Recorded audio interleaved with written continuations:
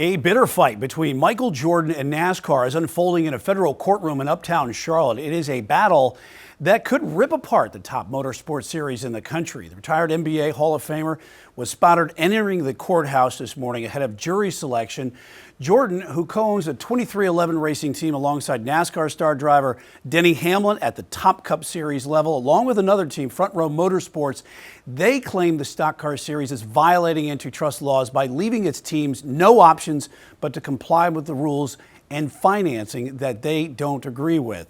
Chief Legal Analyst Khalif Rhodes here to discuss all this lawsuit and its potential impacts. Khalif, we've already seen some fireworks in court today. That happens typically in opening statements. You will see fireworks. Why do I say they're opening statements? Because they're not, as some people like to say, opening arguments. Attorneys will oftentimes attempt to throw things into those statements. But what you can't do is throw facts in there that are attempting to be as evidence. You have to say, we believe the evidence will show. We believe that we can prove this. We believe the other side can't prove that. But what you can't do is start to try to enter exhibits in opening statements. And when you do that, the judge will shut you down. The other side will try to make an objection. And that's what happened today. Those are things that typically happen in opening statements if you have two sides that are contentious on a key issue. Obviously, this key issue is not just is it a monopoly, because this case has already been decided to be a monopoly. The judge has decided that NASCAR has a monopoly. It is the charter system. Right. Monopoly is not a problem. It's, are you using that to be an illegal use or granting of power?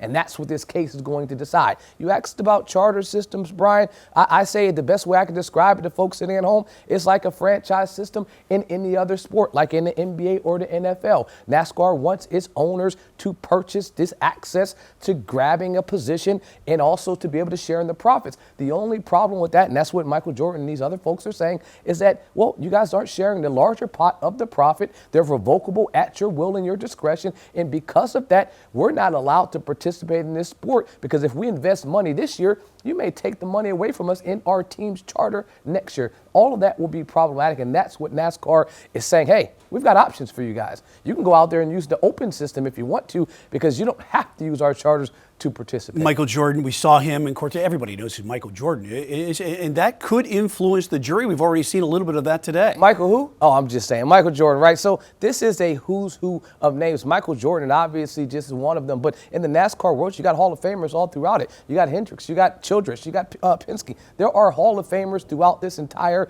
list and cast of characters that may be potential witnesses. And yes, Michael Jordan, if you're a juror and potentially sitting on this juror, yes, you will be dismissed if you can't set that aside, that fandom, that, he still has that when folks want to pass out when they're in his presence. Two folks were removed because of that. One potential jury says, I like Mike. You're right. Well, it's not just if I like Mike. The judge will ask, will that substantially impair your ability to be fair and impartial? And if the answer is yes, I can't set that aside. I grew up watching him and loving him so much that it doesn't matter what he says. I'm going to agree with you guys. And your case is over for anyone on the other side of Michael Jordan. Then yes, that juror couldn't be fair and impartial. In short order here, this could affect NASCAR's business model going forward. Absolutely. If you can't get the other teams who have already signed their charters to now sign onto this system, it can do a number of things. It could say, first of all, we'll rip it apart, kind of like the Marbell back in the day. If we're going to take this monopoly apart, it's just like the board game. If you've got all the pieces on the board, I can't compete in this industry. So the judge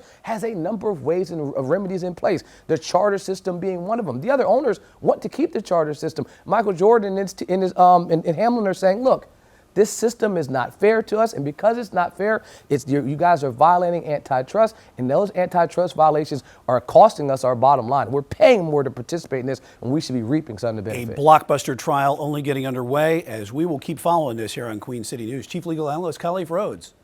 Queen City News Plus. Just search Queen City News on your smart TV's app store.